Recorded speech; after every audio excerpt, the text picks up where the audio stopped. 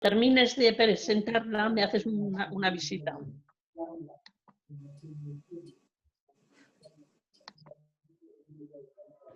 Cuando tú digas, Rosa. Ya. Vale, pues comenzamos la conferencia de esta tarde, que es otra de las que teníamos previstas en el mes de marzo, no como conferencia, sino como la visión y el comentario de 3 películas basadas en las obras de don Benito Pérez Galdós y que María Ángeles Rodríguez nos iba a proyectar y nos iba también a comentar.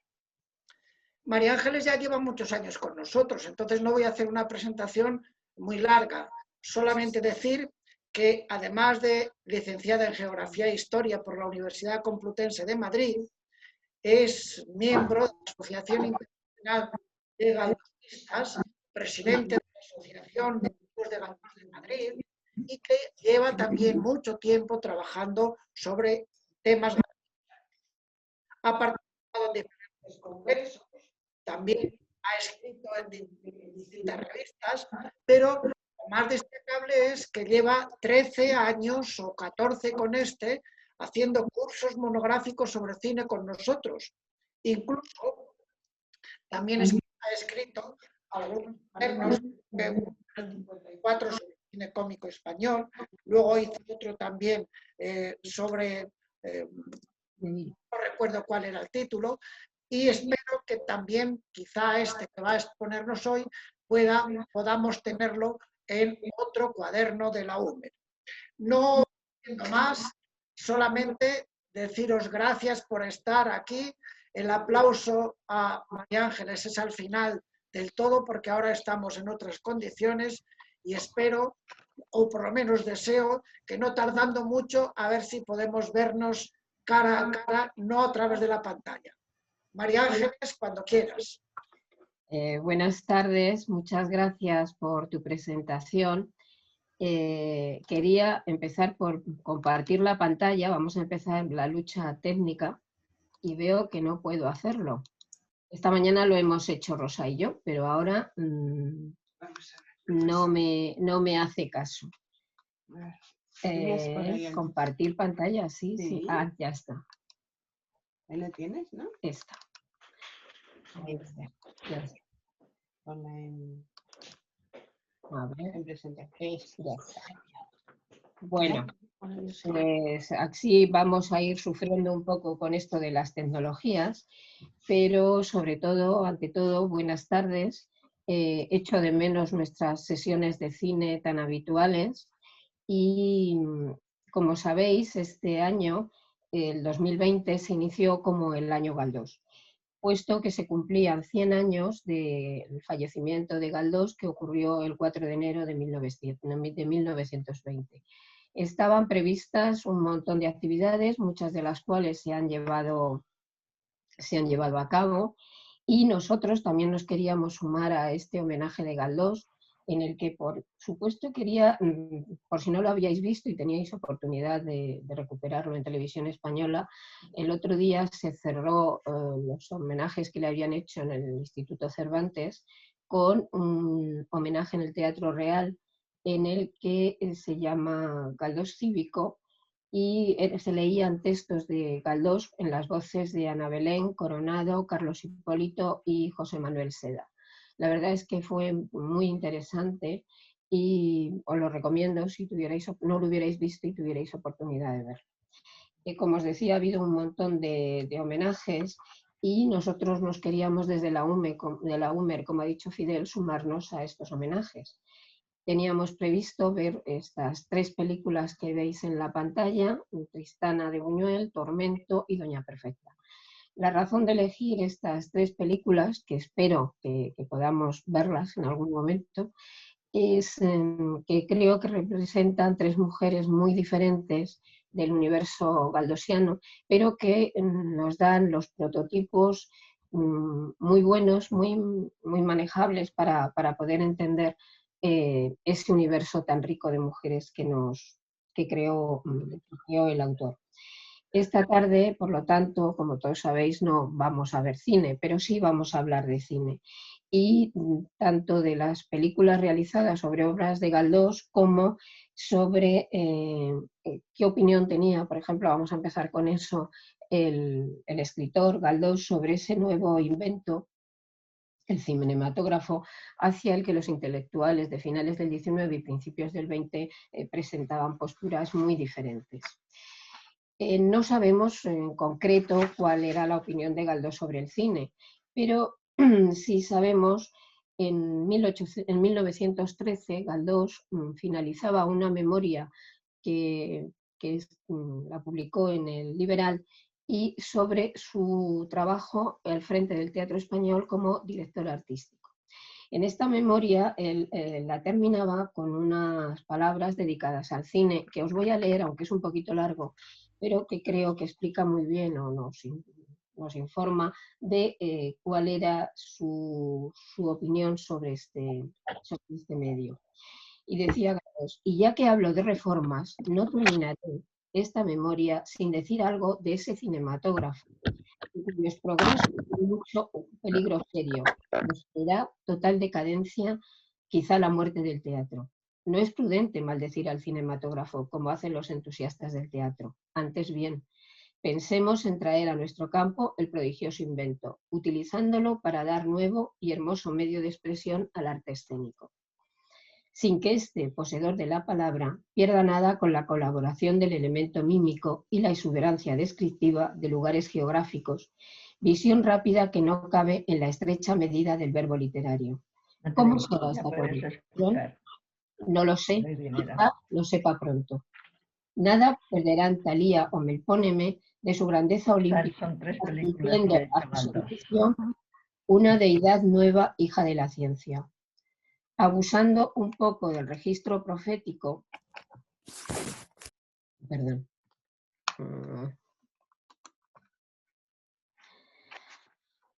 continúo, que también lo veis ahí el texto, abusando un poco del registro profético que todos llevamos en nuestro pensamiento, se puede aventurar una idea, así como los poderes públicos de toda índole no podrán vivir en un futuro no lejano sin pactar con el socialismo, el teatro no recobrará su fuerza emotiva si no se decide a pactar con el cinematógrafo.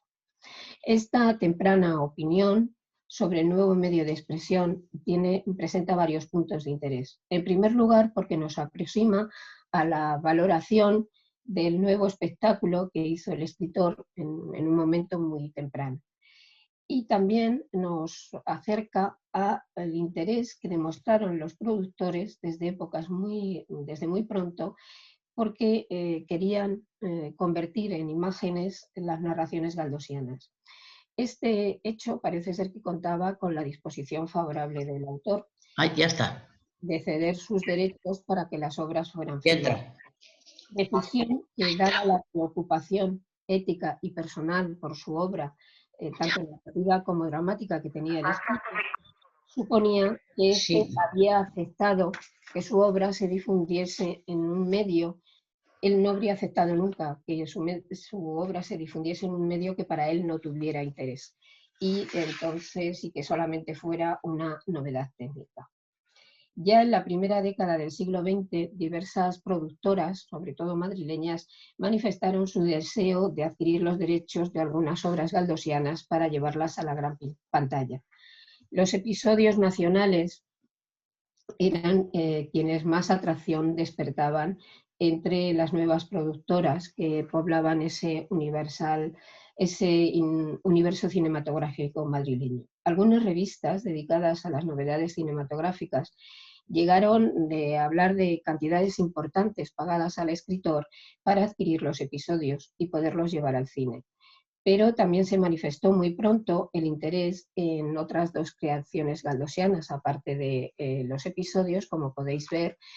Las dos que siempre han atraído y que en realidad tienen varias versiones son El abuelo y Marianela. Uno de los productores atraído por la literatura de Galdós fue Roesset, director de Patria Films, pero no podemos confirmar cómo terminaron estos intentos o acuerdos, porque ni siquiera saber estas negociaciones, ni siquiera saber si las hubo realmente. Porque a pesar de las múltiples referencias que ponen de relieve la disposición favorable del mundo cinematográfico por la obra galdosiana, no podemos constatar que los intentos de compra de los derechos llegaran a buen fin. Y también porque no hay documentación al respecto. Por otro lado, la primera película que se hace de una obra de Galdós la hace una productora catalana, que no tiene nada que ver con estas productoras madrileñas que estamos comentando. Como os comentaba, el mundo cinematográfico se interesó muy pronto por la obra de Pérez Galdós. Y vamos a ver algunas de obras galdosianas que se han ido convirtiendo en imágenes. Galdós es, junto a Cervantes y a Arniches, Palacio Valdés o Delibes, uno de los autores que más veces ha sido llevado al cine. En nuestro país, desde 1916 al 2008, 12 son las películas que sobre novelas u obras teatrales se han adaptado al cine, reconociéndose en los títulos de crédito que estas obras, las películas se basaban en obras galdosianas. Las novelas, como veis aquí, que se han llevado al cine son El abuelo, Marianela, La loca de la casa, Fortunata y Jacinta, Tristana, Tormento, Doña Perfecta y El 2 de mayo. En concreto, El 2 de mayo, que es la última producción que se hizo en España, que la hizo Garci, que vamos a ver luego, se hizo está compuesta de dos obras, de dos episodios, La corte de Carlos IV y El 19 de marzo y El 2 de mayo. A estos films de cine tenemos que unir las obras que se han hecho para televisión, que son 7 versiones conocidas, que que quede algún rastro de ellas o que se queden completas, porque es evidente, sabe que se grabaron bastantes más. Estudios 1 se grabaron, en concreto se grabó una Marianela en 1962, interpretada por Pellicena y Nuria Torray, y yo, basándome en mi memoria de espectadora de Estudios 1, recuerdo una Loca de la casa, interpretada por Ana María Vidal, y una Marianela en la que Fernando Guillén interpretaba a Pablo. Pero las obras de las que tenemos constancia son Un abuelo, de un Estudio 1, La fontana de oro, Miau, Fortunata y Jacinta, La de San Quintín y El 2 de mayo. La primera película sobre una obra de Galdós, de la que tenemos noticias, que os comentaba antes. Es una pena porque las fotos tapan esta parte de la novela cinematográfica, espero que vosotros la podáis ver. Ahora os comentaré. Esta película fue rodada aún en vida de Galdós en 1916. Galdós vivía, pero Galdós desgraciadamente no pudo verla porque ya estaba ciego, aunque casi con seguridad él conocía esta filmación. De hecho, cuando en ese texto que os he leído, cuando decía ¿cómo se hará esta colaboración? No lo sé, quizá lo sepa pronto. De alguna manera es posible que se estuviera refiriendo incluso a esta primera película, porque si nos damos cuenta, ese comentario era de 1913 y la película se rueda en 1916. Como os decía, en esta película se plasmó el abuelo, aunque el subtítulo sea La duda, y según los críticos, las críticas fueron muy positivas y se destacaba la interpretación, el movimiento escénico, así como los decorados y la fotografía. También quería señalar, porque me llama la atención, que es curioso que aún hoy en día, cuando se habla de las versiones de las obras galdosianas que se han llevado al cine, en algunos casos no se menciona o se olvida o se ignora esta primera adaptación del abuelo en el cine. De hecho, estos días, preparando esta charla o esta conferencia, estuve mirando en la biblioteca virtual Cervantes, estuve mirando en las versiones cinematográficas y curiosamente, en un sitio que está también documentado generalmente, esta película no figuraba. Desgraciadamente el film se ha perdido, como tantas otras del cine mudo español, pero de ella tenemos noticias a través de la prensa de la época. Veis ahí en la pantalla valga la redundancia, algunas revistas de cine de ese momento, y también sabemos, ahora mismo tenemos una cosa más para conocerla, que es esa novela cinematográfica publicada por la productora del rodaje, que era Studio Films, como veis, y como era habitual en estas publicaciones, que fueron muy populares en la década de los años 20 y 30, constaban de un resumen narrativo de la realización fílmica, y también añadían como podéis ver, unos fotogramas de la película. Estas revistas, que como os decía, fueron muy populares, sobre todo debido en gran parte a su precio, que era muy asequible, y también porque siempre el público estaba ávido de noticias de cine, y entonces tenían muchísima aceptación. Y para nosotros, por otro lado, estas novelas tienen una gran importancia porque nos permiten conocer, sobre todo en películas como en este caso que se han perdido, cómo se pasó la narración, cómo se hizo realmente la película. Ese resumen que nos cuenta nos va contando cómo se ha desarrollado la película. Entonces, en Films, que no tenemos ningún dato, pues nos viene muy bien para conocer un poco más cómo se había llevado a cabo esa adaptación. Y por otro lado, esas fotogramas nos permiten conocer cómo era la decoración, la ambientación, o sea, toda una serie de temas relativos con la película. Tras la película de Domenech Pérez, que es de la que hemos hablado, todavía también en el cine mudo, se rodaría en 1925, como veis ahí, El abuelo, aunque en esta ocasión Galdós ya había fallecido. En este caso, la película mantendría el título original y el argumento se basó en la novela y no en la versión teatral. El film se conserva completo y ha sido restaurado recientemente por la Filmoteca Nacional. De hecho, yo una de las que había pensado poner había sido esta, porque es una obra mucho más desconocida. Pero bueno, luego finalmente me incliné por el universo femenino galdosiano. No debe sorprendernos esta reiteración en las novelas, en esta en concreto, porque si nos fijamos, la otra era del 16, esta es del 25, o sea, relativamente son muy cercanas en el tiempo.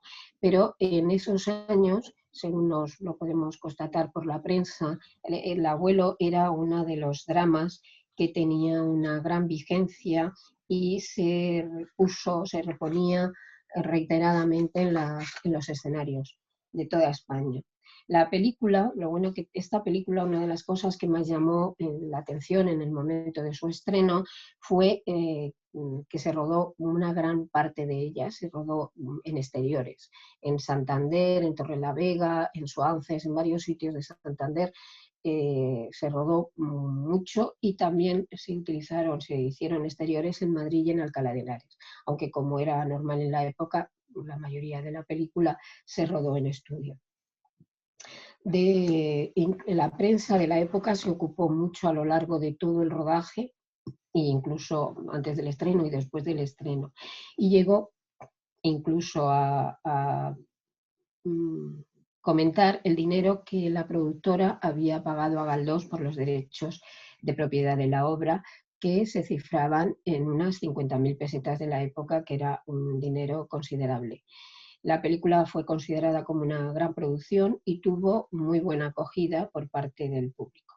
Tan solo un año después, en 1926, Luis Alonso rodará La loca de la casa, película que también se ha perdido y que contó con la presencia de Carmen Biance, actriz muy popular en esos años. Podríamos decir que era casi como una estrella del Star System americano, porque rodó numerosos films.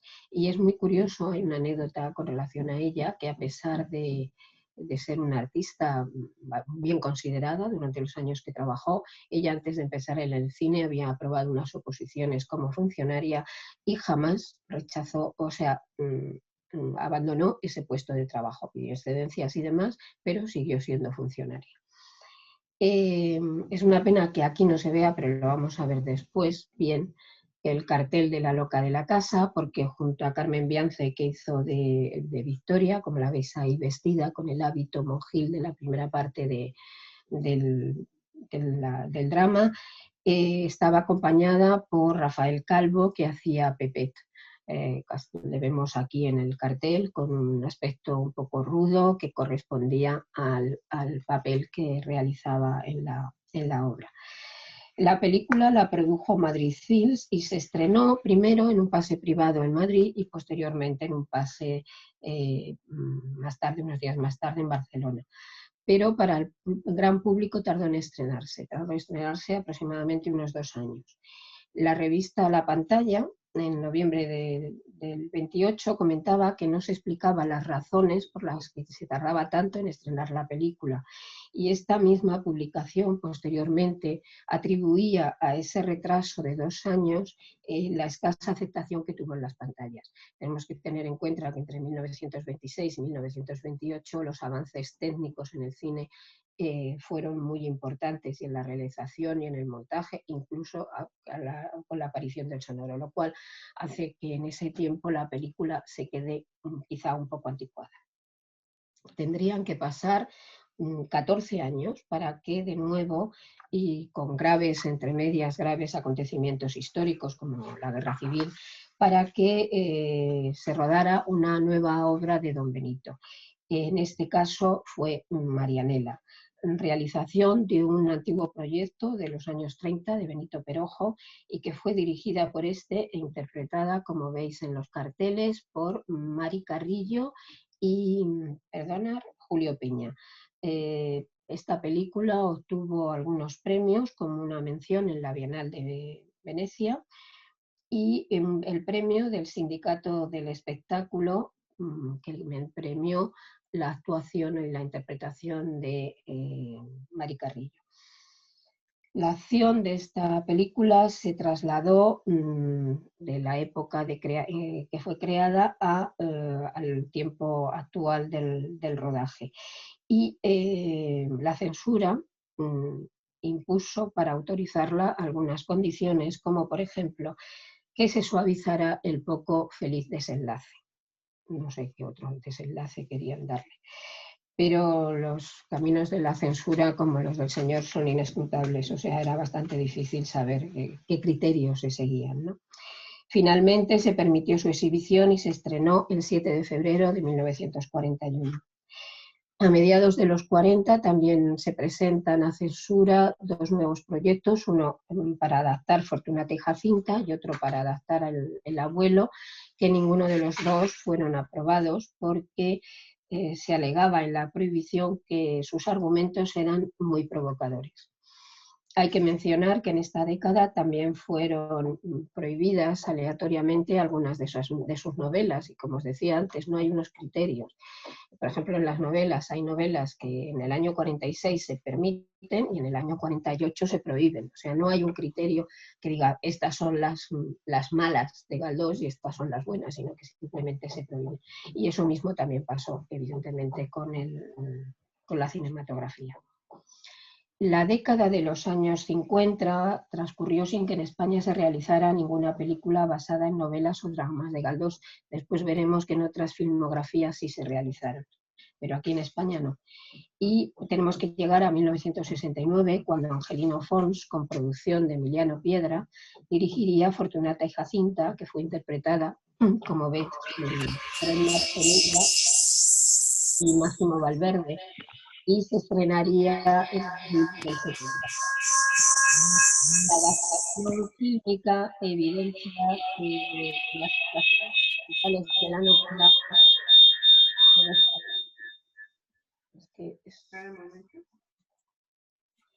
la adaptación. No sé si hay alguien que tenga... Fernando García tiene que apagar el micrófono. Que estoy desconectado. Que no estoy. Disculpar, pero es que ¿No estoy? el ruido no, ni oír quiere. ¿Continúo? Que no estoy, que me he intentado conectar 4 veces. Lo que pasa es que se oye el ruido de fondo, María Ángeles. Pero ¿me oís a mí? Sí, Vale, entonces continúo. Os comentaba que esta película, que por cierto, de Fortunata y Jacinta, la hemos puesto en nuestros ciclos de cine, la adaptación fílmica representa las... perdonad porque me he perdido totalmente con los ruidos. La adaptación fílmica evidencia las situaciones principales de la novela y desarrolla la relación evidente de Juanito Santa Cruz con sus dos mujeres, tanto con Fortunata como con Jacinta. Y el final es igual que el de la novela, la muerte de Fortunata tras el alumbramiento del hijo del delfín y la entrega de este niño a Jacinta. El que se conservara totalmente el final tiene mucha importancia porque es un final de la narrativa galdosiana con un gran simbolismo, y entonces al terminarla, igual hay otras veces que no se ha hecho, se rompe esa simbología, ¿no? Los análisis sobre esta película han sido variados, en gran parte porque tenemos que entender que es una película muy, muy densa, muy compleja, y es muy difícil con esa gran cantidad de personajes transmitirlo en la pantalla. Entonces siempre hay que tender al reduccionismo y se tienen que quitar tanto escenas, historias como personajes, ¿no? En la prensa se comentó que Fortunata y Jacinta no se había recreado en cine, sino que Angelino Fons nos la vuelve a contar con un bello lenguaje cinematográfico. Esto se publicaba en el Informaciones de abril de 1970. Años más tarde, Mario Camus haría una serie para televisión de la que también vamos a hablar, pero que lógicamente al contar con mucho más tiempo de proyección, admitía todos esos cambios o restar personajes o situaciones que había pasado en esta de Mapelella. La década de los 70 será la que concentre un mayor número de versiones fílmicas de la obra de Galdós en España, hecho que ha sido constatado y analizado por diferentes analistas que resaltan el interés de los realizadores por los novelistas decimonónicos que se manifestaron tanto en cine como en televisión. En el 70, Buñuel realizaría su personal visión de Tristana, interpretada por Catherine Deneuve, Fernando Rey y Franco Nero, cuya acción se traslada del Madrid finisecular al Toledo de los años 20 del pasado siglo. No deja de ser curioso que el director aragonés llevara al cine esta novela de Galdós, que en su opinión era de las peores del escritor canario y a la que no duda de calificar en una entrevista como una novela cursi. Aunque, y señala, en esa misma entrevista, señalaba que lo que más le atraía de esta novela era el detalle de la pierna cortada, y añadía que según que también este hecho ejercía gran atracción en Hitchcock. A pesar de estas opiniones, si fueran cuales fueran los motivos de interés por Tristana, bien fuera la novela o el personaje, Buñuel ya había querido llevarla al cine desde 1963. Aunque en el mes de mayo, que se presentó a censura,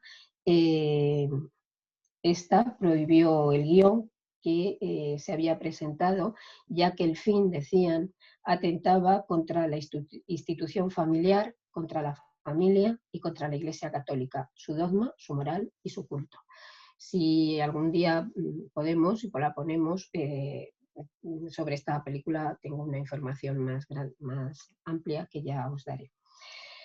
Aunque esto se presenta en el 63, se sigue presentando en alguna otra ocasión, hay muchos encuentros y entrevistas para intentar que se ruede, y finalmente, tras muchos problemas y deliberaciones, se aprobaría en el mes de septiembre de 1969. Precisamente después de que se produjera un encuentro privado entre Fraga y Buñuel. Finalmente se la autorizaron y se rodó en los últimos meses de 1969 y se estrenó en Barcelona el 29 de marzo de 1970.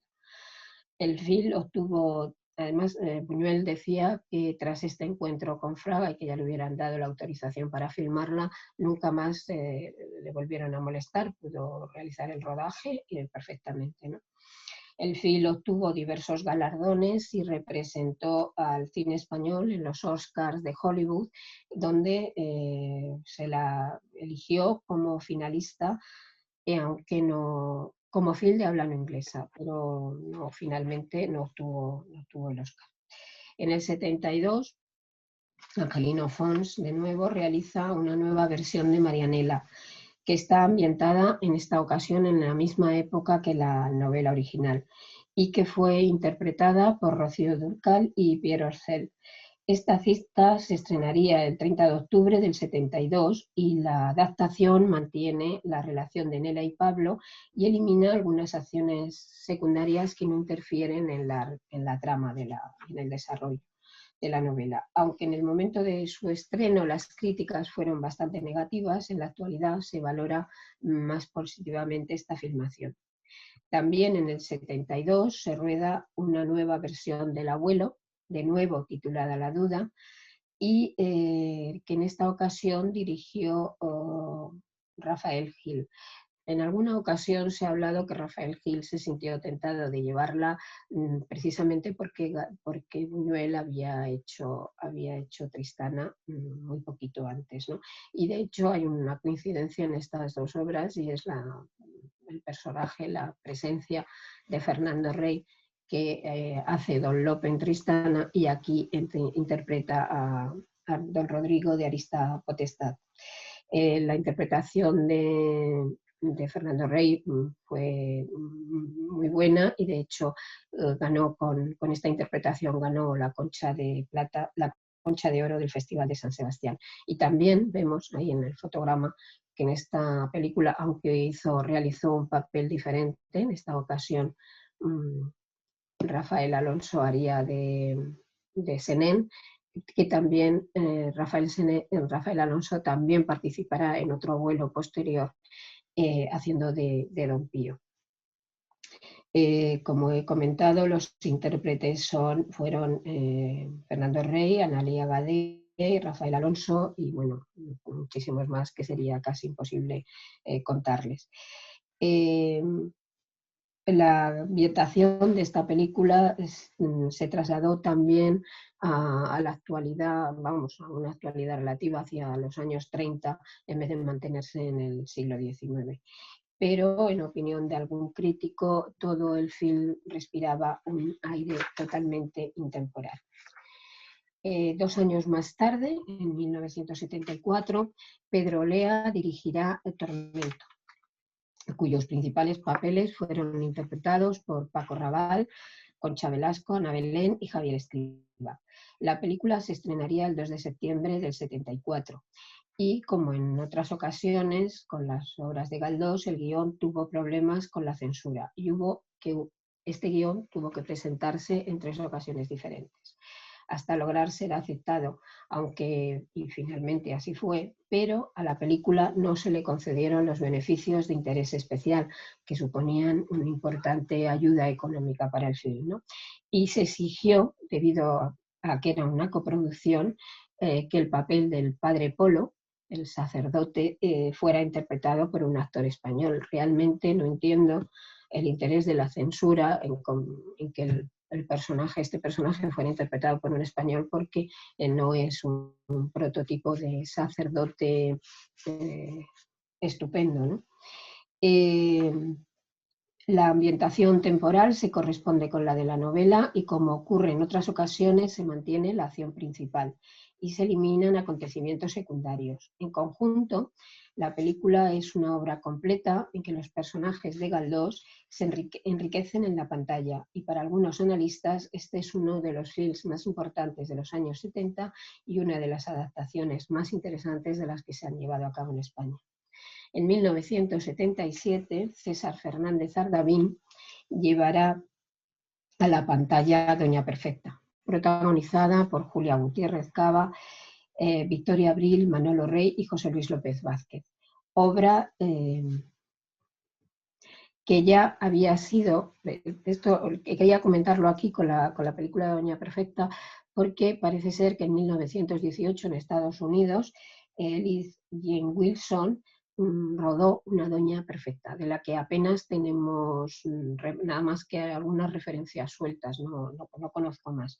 Pero cuando se habla de las versiones del cine mudo, en algunos sitios de las versiones del cine mudo de Galdós, se incluye esta Doña Perfecta. O sea, no serían las tres de las que yo he hablado aquí, sino que incluiríamos la Doña Perfecta del cine americano. Pero no tengo mucha idea de cómo esta se llevó a cabo. La realización de Ardavín fue, de la que fue productor Rafael Gil, se estrenó en octubre del 77, curiosamente pocas semanas antes de que finalmente desapareciera la censura cinematográfica. La ambientación temporal se corresponde con la de la novela y la película es una obra coral que en opinión de algunos críticos no transmite la grandeza de la novela y que no obtuvo una gran repercusión en el momento de su estreno. Después de esta versión de Doña Perfecta, tendrían que pasar de nuevo muchos años, más de 20, para volver a ver en la pantalla una obra de Galdós. En este caso volvió a ser una nueva versión del Abuelo, realizada por José Luis García en 1998 y que se estrenó en noviembre de ese año. Los papeles principales fueron interpretados por Fernando Fernán Gómez, Cayetana Guillén Cuervo y Rafael Alonso, que como les decía, hizo de Don Pío.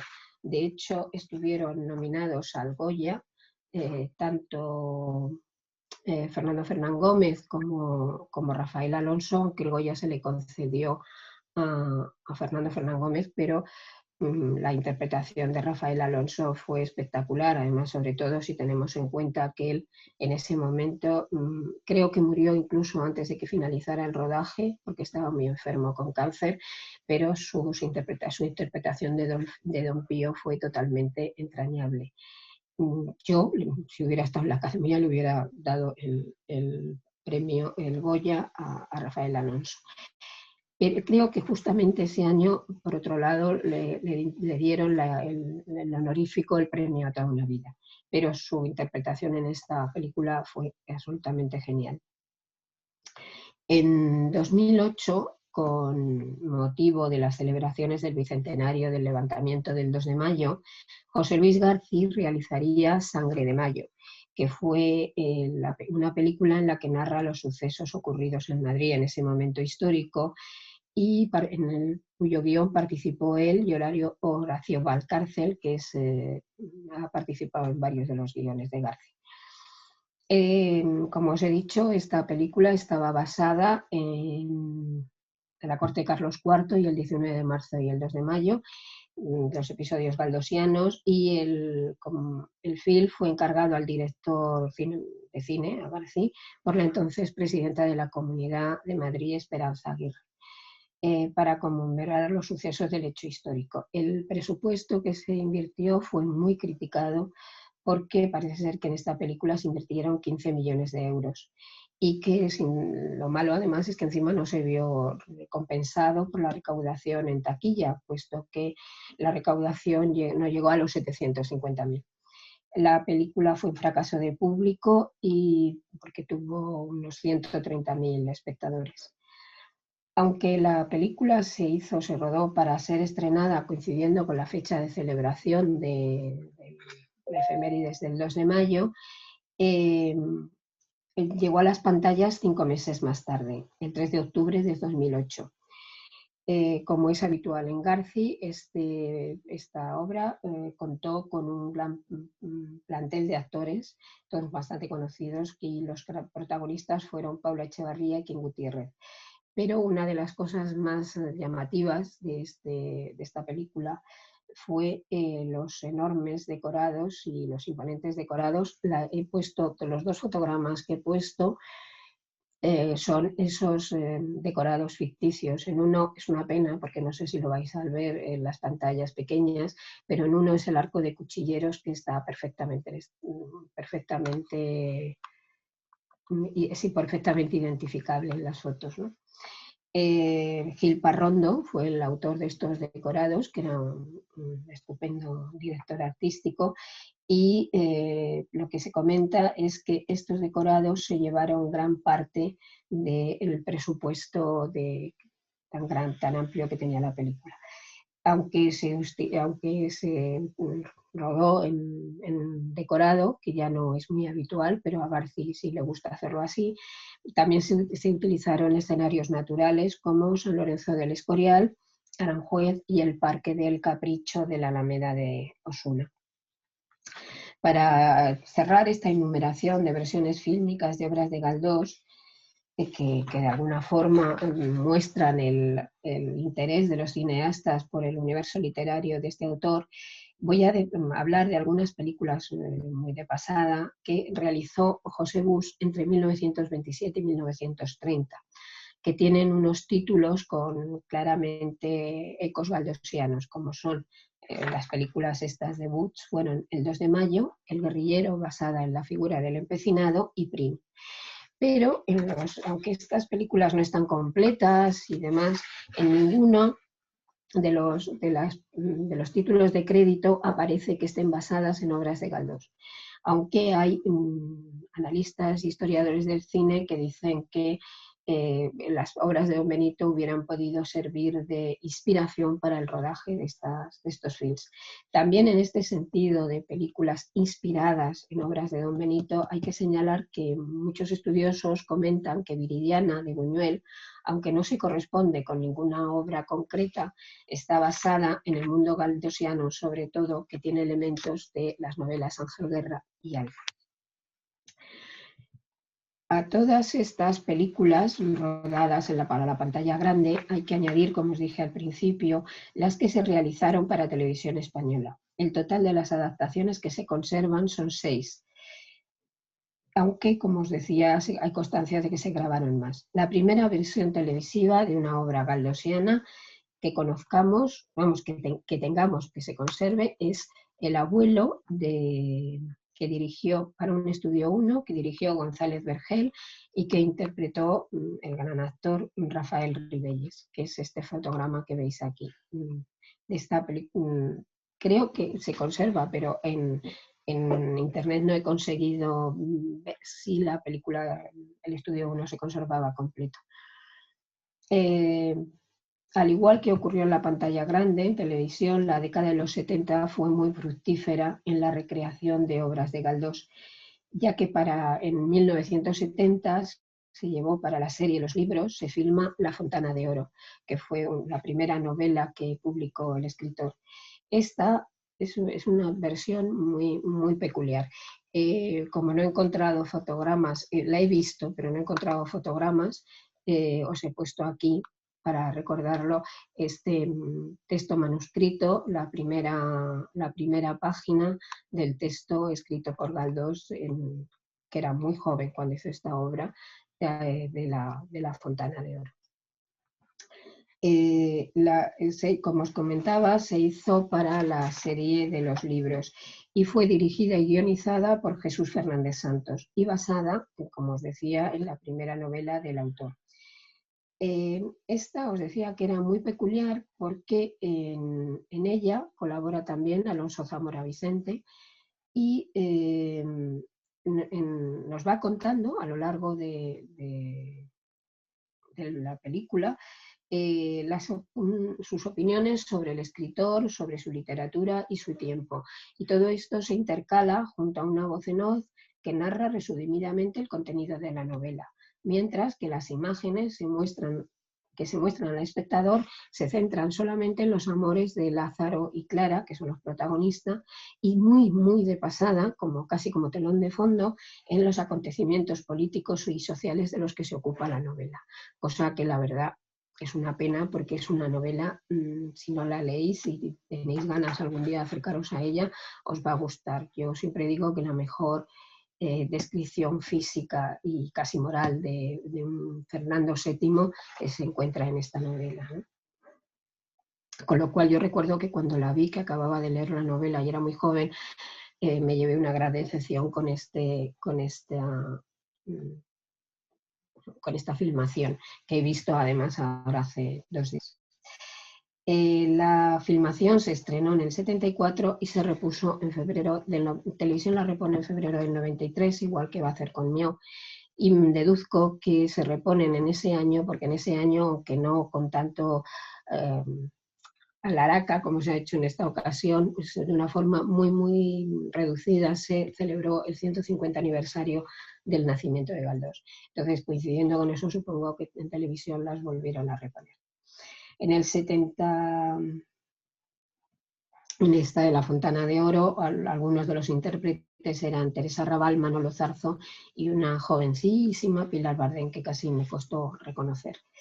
En el 71, para Cuentos y Leyendas, se filmará Miau, bajo la dirección nada más y nada menos que de José Luis Borau, pero esta obra no se estrenó hasta 1972 con algunas escenas censuradas por Televisión Española. Bueno, eso de algunas es casi un eufemismo, porque Borau dice que su filmación duraba 45 minutos, que se quedaron reducidos tan solo a 22, es decir, la mitad. Entonces, con cualquier obra de Galdós, meterla en 22 minutos es imposible. Pero si encima es una obra como esta, cuando la ves, yo que la he visto estos días, te das cuenta de que es una obra mutilada, porque hay trozos que es que además incluso seguir el hilo de la historia. O sea, todos sabéis que Miau se habla de los cesantes y del cesante Villamil, y entonces cuando la ves realmente es muy difícil descubrir qué es lo que hay detrás, ¿no? También después de estrenarla se volvió a emitir en el 93 y el director Borau manifestó su descontento diciendo que comentaba que se había pasado 2 o 3 meses escribiendo el guión e intentando que los diálogos fueran de Galdós. Y a pesar de todo, cuando la vieron las altas instancias de la casa, decidieron prohibirla. El enfado de Borau en Televisión Española fue tan grande que tardó, creo recordar, que unos 20 y tantos años en volver a rodar. De hecho, no volvió a rodar hasta que hizo la serie Celia. No sé si alguno de vosotros conoceréis. En 1977 se graba para estudio. Es una pena, porque no sé si la veis. Aquí abajo estaba un fotograma que es lo único que pude conseguir, además de María Fernando de Ocón como Benina y de Bódalo, de José Bódalo, como el Moro Almudena. En realidad, Estudio 1, dicen que se graba para Estudio 1, pero lo que se graba es el montaje teatral, que la adaptación lo había hecho Mañas y se estrenó en el María Guerrero de Misericordia, que si tenéis oportunidad, solamente por ver las interpretaciones de los 2 protagonistas, merece la pena. Yo la vi en teatro y era realmente espectacular. Y luego, en el 80, se realiza la serie de la que hemos comentado antes, la de Fortunata y Jacinta, que seguro que habéis visto todos, que son 10 capítulos con una duración de unos 60 minutos cada uno. Con lo cual, evidentemente, es mucho más fácil trasladar a la pantalla todos los personajes y las situaciones. Como el reparto era espectacular, el reparto de esta Fortunata y Jacinta, y supongo que lo habréis visto, pues claro, no voy a recordar los nombres, solamente recordaremos a las 2 protagonistas, a Jacinta, que la hizo Maribel Martín, y a Fortunata, que fue Ana Belén. Mario Camus comentaba, y me gusta mucho este comentario porque creo que define muy bien el interés del cine por Galdós, ¿no? Decía que el éxito de la adaptación se debió a que el público, y ya cito sus palabras, ha reconocido su lenguaje, el lenguaje del propio pueblo, ¿no? Su manera de ser, su ritmo de vida. Pienso que gran parte del mérito es de Galdós, que sin conocer el mundo de la imagen creó, sin embargo, unos personajes y unas situaciones tan ricos, tan vivos, tan emotivos, que es fácil llevarlos a la gran pantalla. La serie de Fortunata y Jacinta se ha repuesto en numerosas ocasiones. Esta última vez que recuerde ha sido este año, en plena pandemia, en el mes de marzo-abril, que la estuvieron poniendo en prime time, además, creo que 2 capítulos al día, y se repuso entera. Luego, por último, en 1983 y también para Estudio 1 se realizó la de San Quintín. De esta no he conseguido ver nada más que unos minutos en internet que no permiten hacerse una idea de cómo se trasladó en conjunto la obra. Pero sí parece que se mantiene el argumento original y también su estructura teatral.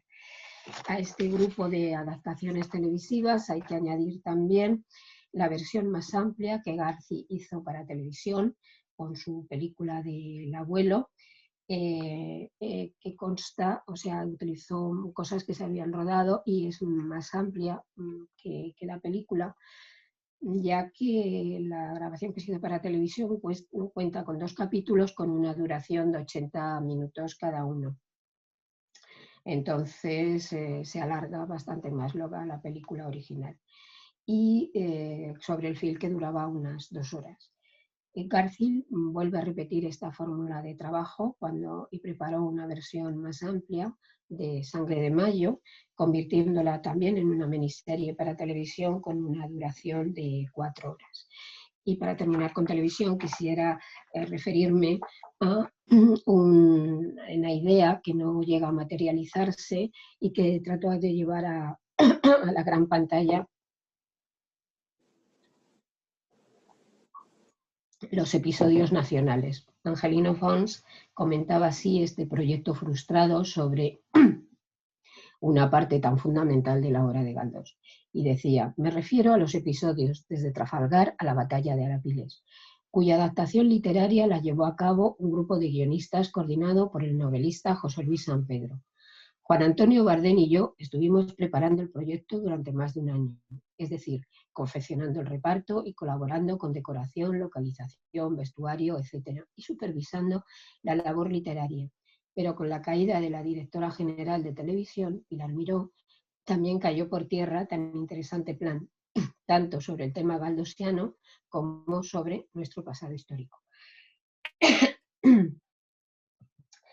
Podríamos decir que si en la España de los años 50 Galdós estuvo prohibido e ignorado para la gran pantalla, no ocurre así en otras filmografías como la mexicana.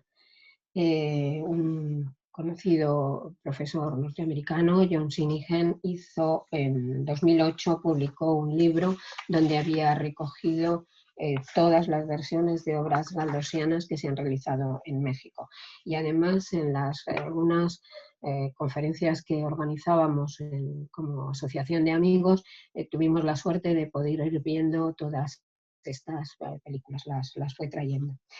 La primera versión que se conoce de una obra galdosiana de la que tenemos noticia es, no he encontrado el cartel, por lo tanto os he puesto un fotograma de Adulterio, que está basada en El abuelo. Esta película se realizó en el 43 y el director fue José Díaz Morales, que era un español que se había iniciado en el periodismo y que en el 36 se exilia a México y donde trabajará como adaptador y guionista. En este país, entre el 41 y el 73, realizaría numerosos trabajos, siendo este de Adulterio su cuarto largometraje. La película se rodaría en el 43 y se estrenaría en marzo del 45. El director volvió a España y rodó por varias películas, entre ellas hizo 2 versiones de La Revoltosa, una en el 49 y otra en el año 63. La segunda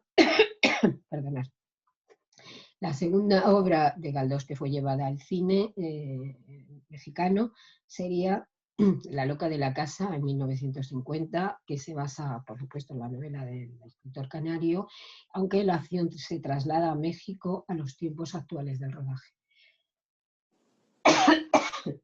La película fue dirigida por un director muy conocido en ese país, Bustillo Oro, y se estrenó en octubre del 50. Los protagonistas del film fueron la actriz argentina Susana Freire y el conocido actor mexicano Pedro Armendáriz, que, como os comentaba, igual que pasó en La loca de la casa que se hizo aquí, tiene un aspecto varonil, rudo, muy rudo, y se acerca al protagonista Pepet. En el 50 también se llevaría a la gran pantalla en México Doña Perfecta, dirigida por Héctor Alejandro Galindo, que colaboró en la adaptación, y la película mantiene la acción del film en México de 1876. Esta es, yo creo, la única que conserva el espacio temporal de las obras galdosianas, porque casi todas las demás se adaptan a tiempos más cercanos, incluso la mayoría al momento del rodaje. En la película, el papel de Doña Perfecta lo interpretó una actriz de fama internacional, como que trabajó durante tiempo en Hollywood también incluso, y fue Dolores del Río. Y la filmación se inició en octubre del 50, el 23 de octubre, estrenándose en el mismo mes del año siguiente, en el 51. En 2 años más, un año más tarde, en el 52, Zacarías Gómez Urquiza convertirá en imágenes Misericordia, que no deja, cuando la ves, no deja llamarte la atención esos dos personajes tan emblemáticos de Galdós con ese hablar mexicano. No deja de ser bastante curioso. Como os decía, la acción se trasladó al México contemporáneo del rodaje, no al contemporáneo del autor. La producción corrió a cargo de Manuel Alto, y una de las cosas que creo que son interesantes es que la producción fue productora Isla a cargo de Manuel Alto Laguirre. Manuel Alto Laguirre era un conocido poeta perteneciente a la generación del 27, que se exilió al país azteca y luego allí hizo labores de guionista y de director de cine y de productor, como en este caso, y que curiosamente es el marido de la poetisa de la que hablasteis el otro día, de Concha Méndez. Me ha parecido muy, muy curioso esta relación, ¿no? Y también la actriz que da vida a Benina es Sara García, que es una importante actriz mexicana, y que los que hayan seguido los cursos, nuestras charlas de cine, nosotros tuvimos la suerte de verla en una película que no es muy conocida en España, pero que es una gran película, que se llama Los Dinamiteros, dirigida por Juan García Tienza, y en donde compartía protagonismo con un actor italiano, Carlos Picané, y con el inigualable José Isbert. No sé si la recordáis, en una película de 3 jubilados que cobran una pensión muy pequeña y que deciden que tienen que hacer un atraco. Y la verdad es que ella estaba espectacular. Yo que la había visto primero con vosotros en Los Dinamiteros, cuando la vi en Misericordia la reconocí rápidamente y ya os digo que es una actriz estupenda.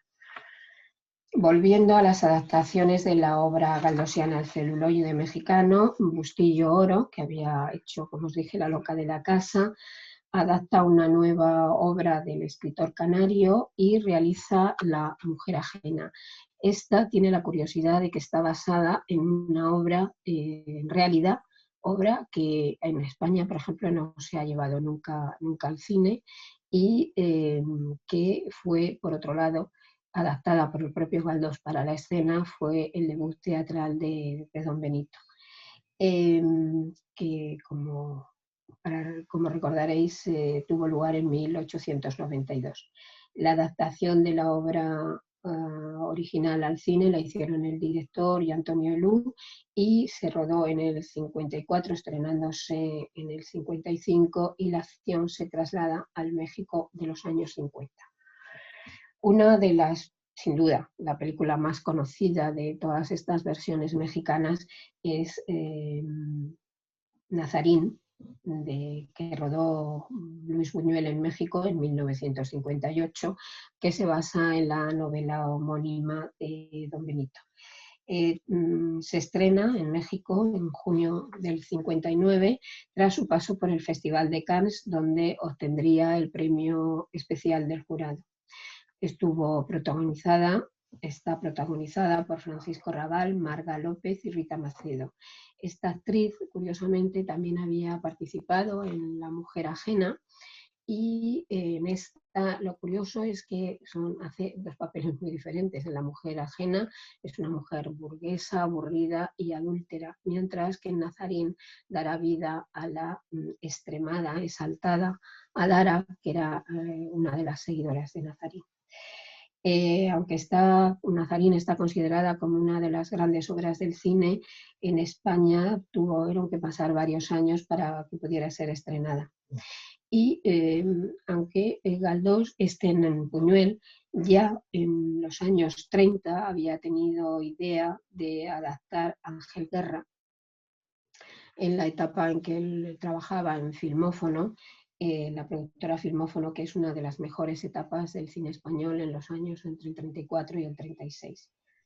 Este proyecto evidentemente se truncó, como tantos otros, por los problemas por la guerra civil, ¿no?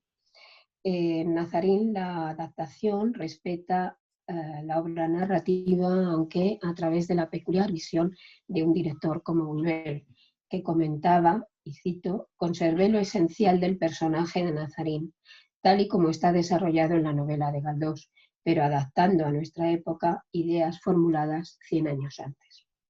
La última adaptación de una obra galdosiana en México, creo que no la veis por las fotos, es quizá una obra, no la ponen muy bien, yo esta no recuerdo haberla visto, y se realiza en México en etapas muy actuales, puesto que es del año 87, estrenada en el 88. Es Solicito marido para engañar, que es por el título como una comedia de enredo, y que también es curioso que está inspirada en Lo prohibido, que también es una obra que aquí en España no se ha llevado nunca. Aunque una comedia de enredo, pasar Lo prohibido, a mí particularmente me cuesta un poco. Para completar esta rápida aproximación a las películas rodadas sobre obras galdosianas, que yo había puesto aquí fuera de nuestro país, pero también dentro, porque esto tiene que ser un poco rápido, me voy a referir brevemente a los dos films que se han rodado en Argentina, que como veis son de nuevo una vez más El abuelo y Marianela. El abuelo se trasladaron... Ambas se realizaron en la década de los 50. El abuelo es un potentado gaucho y mantiene en general el argumento galdusiano, aunque situando la acción en la provincia de Salta. Y fue dirigida por Román Piñal y Barreto, y el guión lo hizo Emilio Villalba Weiss. Los personajes principales fueron interpretados por Enrique Muiño y Mecha Ortiz. La película se estrenaría el 2 de julio del 54. Por su parte, la poco agraciada pero sensible Marianela fue llevada a la pantalla por Julio Porter, que participó en la adaptación del texto galdosiano junto a Luis Ordaz y Pablo Palián. La película se estrenaría el 15 de septiembre del 55 y la actriz que dio vida a la protagonista, Olga Zubarry, al igual que había pasado con Mari Carrillo en su momento, esta actriz argentina obtuvo el Cóndor de Plata por su actuación. Por último, hay una curiosidad de la que no tengo más que una noticia a través de prensa. Parece ser que la última realización de una obra galdosiana fuera de nuestras fronteras, dentro y fuera, porque la última nuestra, como os he dicho, es del 8, es Nela, que es una adaptación de Marianela y cuya realizada en Sri Lanka y por el cineasta Penet Ratayaka, y se desarrolla, la acción se desarrolla en una plantación de té, pero esos son los datos que tengo según he visto en prensa y en algunos sitios que se la recogen. Todas las películas de las que hemos hablado aquí, es evidente que no tienen ni la misma calidad fílmica ni su adaptación literaria resulta igual de atrayente e interesante. Pero lo que parece indudable es que Galdós ha sido y es un autor atractivo para el cine, quizá porque sus temas y sobre todo sus personajes como decía Camus, están llenos de vida y presentan unos conflictos que permiten al público que el público se identifique con ellos e interese a creadores y espectadores de diferentes épocas. Este repaso por las obras galdosianas en la gran y pequeña pantalla, además de hacernos reflexionar sobre temas muy diversos, nos lleva a considerar, quiero remarcarlo, la importancia del papel de la censura en la creación y en la recepción de la obra literaria y artística en general, no solo en el caso de Galdós, que hemos estado viendo, sino en la de cualquier creador y en cualquier especialidad que quiera hacerlo. Quisiera finalizar con unas palabras de don Benito escritas en el prólogo a su novela El abuelo, en las que habla de que el autor artista está siempre tras sus obras, a pesar de los bien construidos que estén los bastidores tras los que se pretende ocultar. Y decía: el que compone un asunto y le da vida poética, así en la novela como en el teatro, está presente siempre, presente en los arrebatos de la lírica, presente en el relato de pasión o de análisis, presente en el teatro mismo. Su espíritu es el fundente indispensable para que puedan entrar en el molde artístico los seres imaginados que remedan el palpitar de la vida. Como hemos podido comprobar, muchos son los personajes imaginados por el escritor que han sido recreados, con mayor o menor fortuna, por el cinematógrafo. Ese arte, invento tecnológico por el que varios años antes él ya se interesaba y para el que pedía la aceptación y la colaboración, deseando que las musas amparasen esa deidad nueva, hija de la ciencia, que esperemos que siga amparándolos y nutriendo el cine de obras de Galdós para recrear seres inolvidables. Muchas gracias por vuestra atención. Muchas gracias, María Ángeles. Ha sido un auténtico placer este paseo que nos has hecho. Y ahora abrimos el turno de palabra para comentar, para preguntar lo que queráis a María Ángeles. Y veo que hay una palabra de Fernando García. Fernando, ábrete el micrófono y mientras tanto los demás ir pidiendo la palabra, que estoy atenta. Yo no tengo que hacer nada, ¿no? Puedes quitar si quieres el compartir pantalla y de esa manera nos vemos todos. Ah, pues a ver. Vale. A ver si lo hago bien. Ya Perfecto. Está. A ver, Fernando, dinos.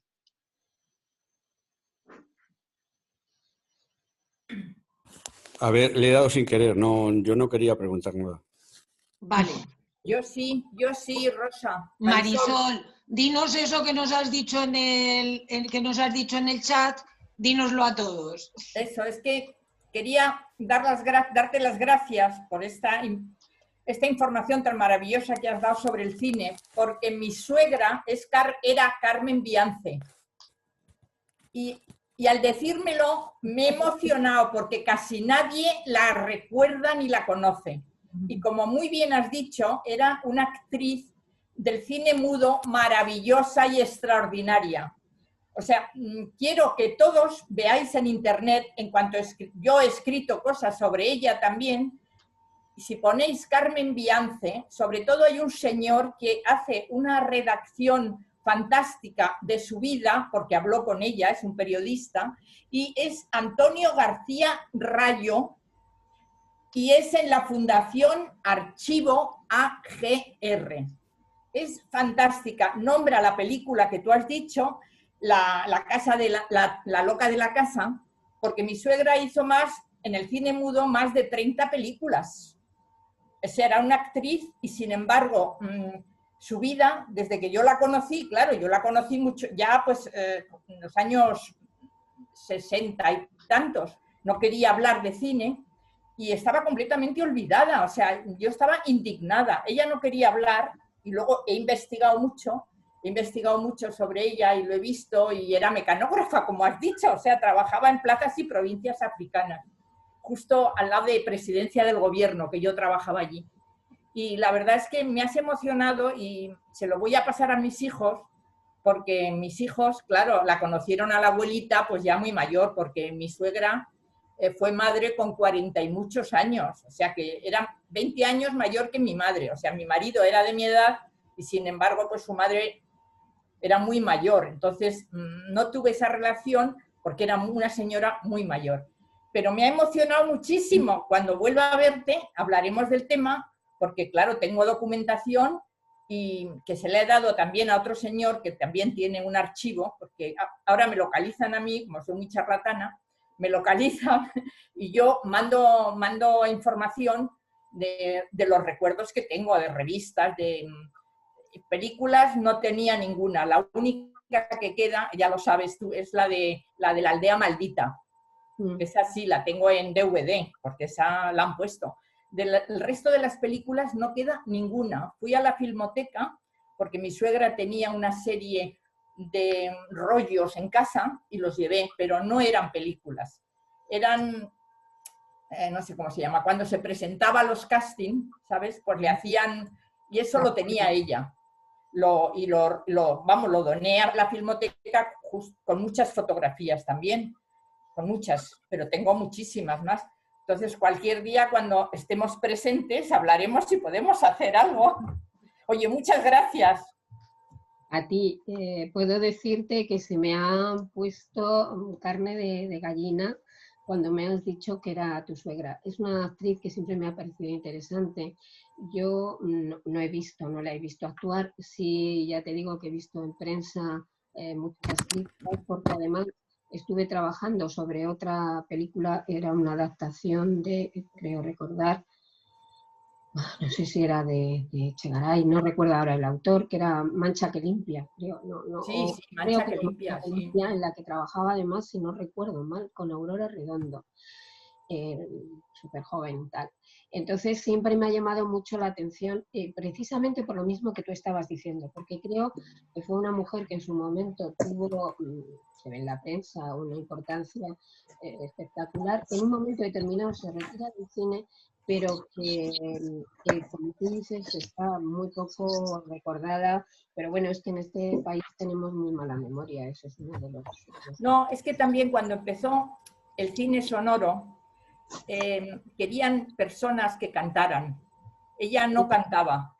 Y entonces sí que, por ejemplo, hizo Currito de la Cruz, que fue en el año 43, que era ya cine, ya no era cine mudo, claro. Pero a ella no le gustó, porque la obligaban a, como que lo mejor era cantar en las películas. Por eso salieron luego pues todas estas actrices que cantaban.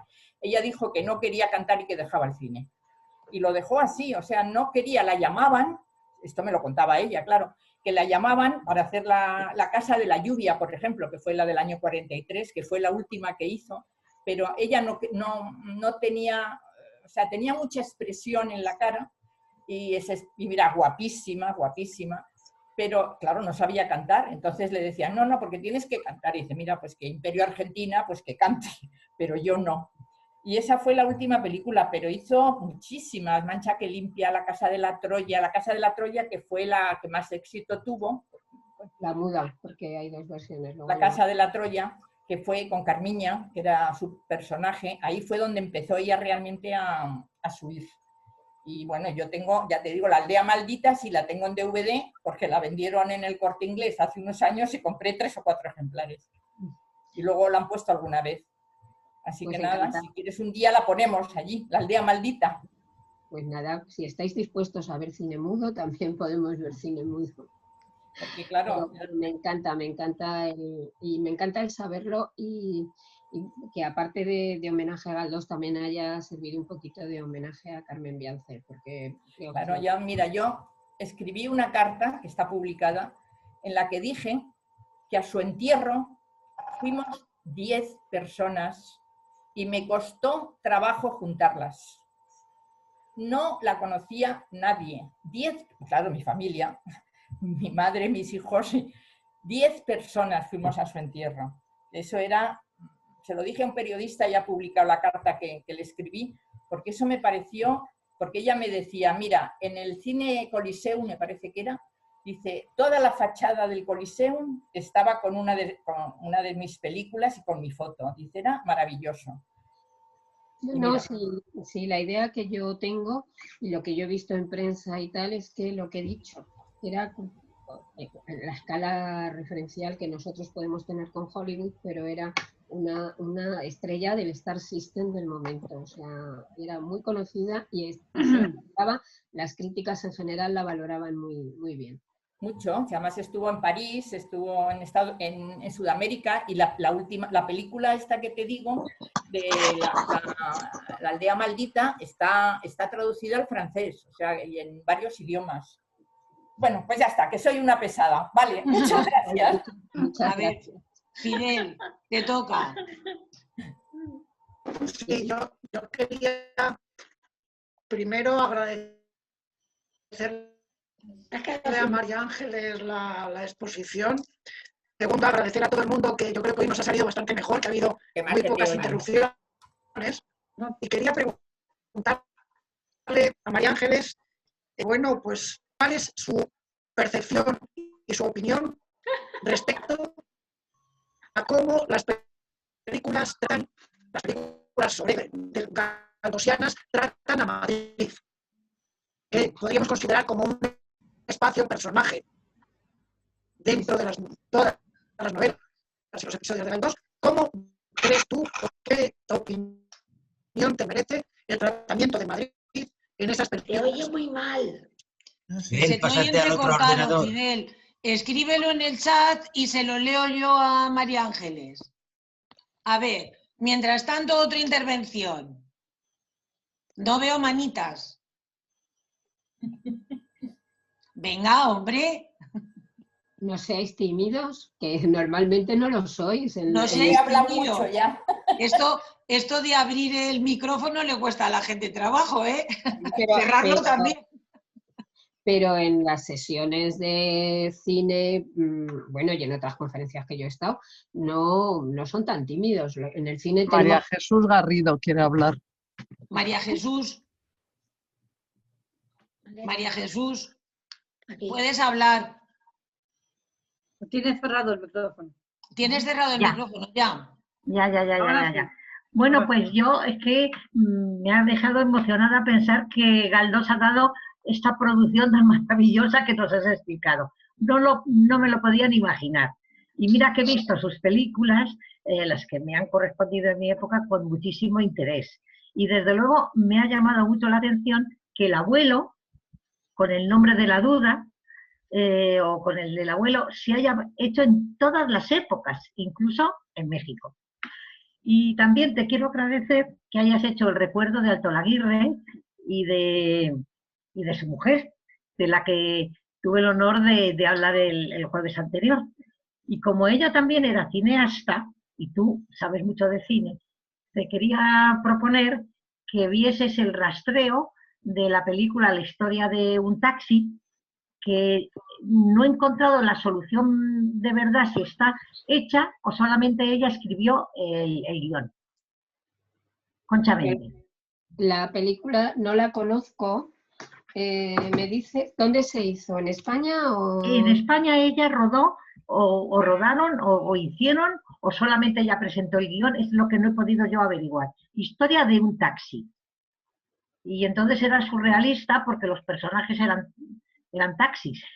No sabes la época, el año. Sí, pues serían del 32 al 35, al 37, bueno, al 36. Aquí O sea, ella, su obra principal está entre el 20 y el 36. Pero esta obra poética.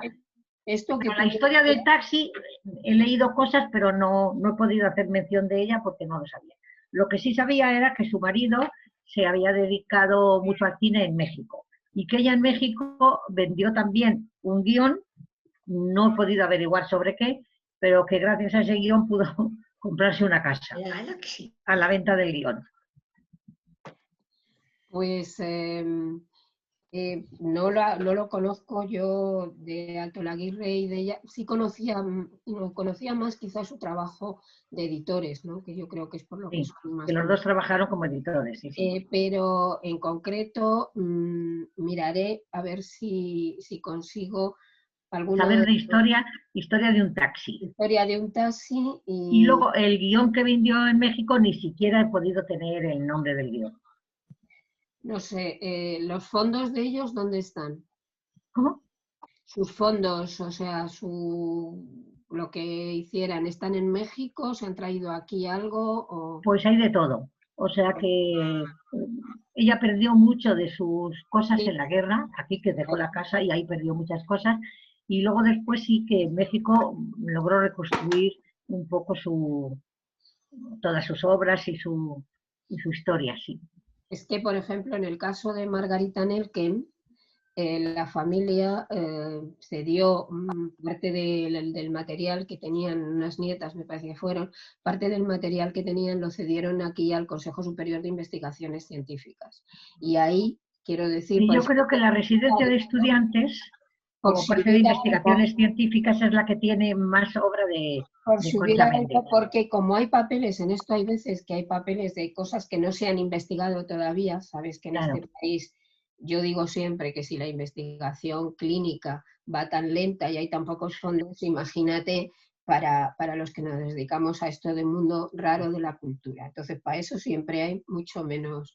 Pues quizá la residencia de estudiantes. Pero intentaré mirarlo porque además me interesa. O sea, a mí todo lo que sea el trabajo de toda esta gente me parece que es muy interesante y que si lo podemos rescatar, pues muchísimo mejor. O sea que bueno, como seguiremos estando en contacto y que la mención es que me hizo mucha gracia, porque cuando tú hablaste de Concha Méndez, que a mí me parecía que era la mujer de Alto Laguirre, pues luego dije, cuando vi lo de que había sido el productor, me parecía que era lo menos, ¿no? Relacionar, porque además así vemos que las cosas no son mundos diferentes, ¿no? La poesía. No. A mí también me ha gustado que lo digas. Sí, entonces están relacionadas, ¿no? De repente te encuentras con eso, que aunque hace una semana hablaste de ella y hoy, pues de alguna manera también hemos hablado de Alto Laguirre, o sea que... Muy bien. Muchas gracias. Me ha encantado, o sea que me gustó mucho la conferencia. Y tu power, que me pareció estupendo. Creo que hemos perdido a Fidel, pero me parece que lo que he creído entender que decía era que en las adaptaciones cinematográficas de la obra de Galdós, ¿cómo te parece que está representado Madrid? ¿Cómo está...? Creo que es lo que he entendido que preguntaba Fidel. A mí también me ha parecido entender eso. Estoy en el otro... Vale, pues entonces dilo tú. Pero se le ve. Aunque no se me vea porque aquí la pantalla está mal, eso, ¿cómo le parece que es el tratamiento de Madrid en las películas de Galdós? Yo creo que también el tratamiento de Madrid está en función, ahora mismo, a ver, estoy pensando en Tormento, estoy pensando en Fortunata, la serie de televisión, estoy pensando en otra, que realmente, bueno, en El abuelo no, porque El abuelo y Marianela no están basadas, no se hacen en Madrid, ¿no? En el caso de lo que decíamos de Buñuel, Buñuel traslada la acción quizá porque es muy difícil ese Madrid decimonónico traspasarlo al cine, pero yo creo que en general en esas tres que te he dicho, en Fortunata, con la adaptación que también se hicieron unos, no sé si, en este caso no sé, no recuerdo ahora mismo si fue también donde hizo los decorados, pero sé que también se construyeron para la filmación de la serie de televisión, se construyeron unos grandes decorados y entonces en Madrid es que como en esas novelas es una parte más de la obra galdosiana. Podríamos hablar solo de Madrid como personaje de cualquiera de las novelas galdosianas, porque en Fortunata, la Plaza Mayor, aparecen todos esos escenarios y, por ejemplo, en la adaptación de Camus aparecen y están muy representados. Pero quizá en las otras que hemos, bueno, en la del 2 de mayo que comentaba de Garci, pues esa recreación, que ya os dije que era una pena que esto sea tan pequeño, porque era una fotografía que se veía, la elegí precisamente por eso, porque se veía muy bien el arco de cuchilleros. Claro, además lo bueno, aunque parezca un poco arcaico, que tiene la recreación de decorados, es que puedes crear ese Madrid decimonónico, sin coches, bueno, con coches de caballos, pero que también había aglomeraciones en esa época, ¿no? Pero sin la modernidad. Y Tormento, yo creo que también está bien reflejado. Sí, desde luego, en las novelas de Galdós es un elemento clarísimo. Y en el cine, en todas aquellas que están en Madrid, forma también una parte importante por ejemplo, en La Fortunata que nosotros vimos, y yo recuerdo que en general a los asistentes, a los espectadores, no fue de las cosas que más gustó, pero es que es tan difícil plasmar una obra con tantísimos personajes, con tantos momentos, plasmarla en una hora y pico de proyección es imposible. De ahí que el éxito de la de Camus, entre otras cosas posiblemente, pero sea que claro, son 10 horas de proyección, porque si son 10 capítulos de 60 minutos, una hora, son 10 horas de proyección, y eso te permite muchísimo más, o sea, te permite volver a ver esas escenas de la preparación de la cena de Nochebuena en la Plaza Mayor, cuando va Espipiñá a comprar los pavos, o sea, todo ese mundo, porque en la obra de Galdós es muy importante, también en Tormento. Tormento, por ejemplo, hay en la novela que no sale aquí precisamente en la película, esa escena creo que no sale, pero Tormento se ve cuando está poniendo la casa para Amparo, la de Bringas, Rosalía, rabia de envidia, se pone verde de envidia, porque claro, está comprando las mejores cosas y para la casa, y las cortinas son de no sé qué manera, o sea, que eso es una parte también muy importante en la novela de Galdós. No sé si te he contestado exactamente a tu pregunta, porque claro, esto sería para irlo analizando película por película. Sí, claro. Y eso cuando las pongamos, pues mira, me lo has dicho, es una idea que me has dado para Tormento, si la llegamos a poner, que la de Tormento no está preparada, Tristana sí, pero como Tormento además se desarrolla en Madrid, pues sí que podemos ver ese reflejo que tiene Madrid. Vale, gracias, María Ángeles, gracias. De nada. Yo no veo más palabras. Así que muchísimas gracias de nuevo, María Ángeles. Ha sido un auténtico placer y una lección de historia y de cine. Y si os parece, abrimos los micrófonos y le damos el aplauso que se merece, como se lo merece. A todo lo grande. Gracias a vosotros por estar ahí. Y ya sabéis que siempre estoy encantada, porque lo digo siempre, sois un público estupendo y maravilloso, muy agradecido y para el que es encantador trabajar. O sea que gracias a todos vosotros. Además, hoy nos hemos portado muy bien. Felicito a todos. Nos hemos portado muy bien. Estamos aprendiendo. Adiós. Estamos haciendo mayores. Adiós. Besos. Gracias de Los Ángeles. Marisol, Sí. que no me has contestado un chat que te he mandado ahora. Ah, no, que hoy no. ¿Cómo que hoy no? Que hoy no ha venido, Marili. Ah, ya, pues no, pero ¿Marili está o no? Que no, sí, está en Madrid, pero que está un poquito pocha, que le han operado de una rodilla. Ah, pero... Oye, os corto que